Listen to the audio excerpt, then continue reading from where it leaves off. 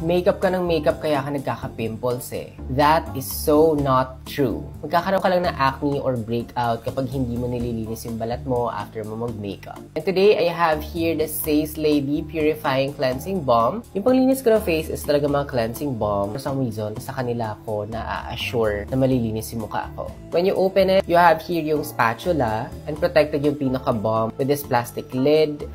Oh my God. Yung amoy niya is very relaxing. Kasi masarap sa ilong after a long, tiring day. Tapos sakto, ito rin yung palinis mo ng face. Just remove my makeup. Decent amount lang yung kinuha ko. Let's see kung hanggang saan siya abot. Before anything else, mag-headband muna tayo. Ganito ko lang siya ginagawa. Apply it all over your face. Dapat well-distributed sila. Medyo pong malakasan pa naman yung mga mascara ko today, yung pinang-brows ko. So, makikita natin yan.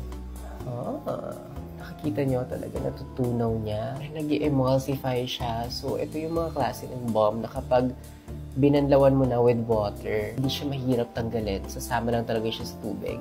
Grabe, ito na yata yung pinakamabangong cleansing balm na na-try ko. And kung magtataka kayo kung bakit ang pangit na itsura ko, of course, tatanggal tayo ng makeup. So, magiging mukha ka munang itlog bago maging fresh ulit.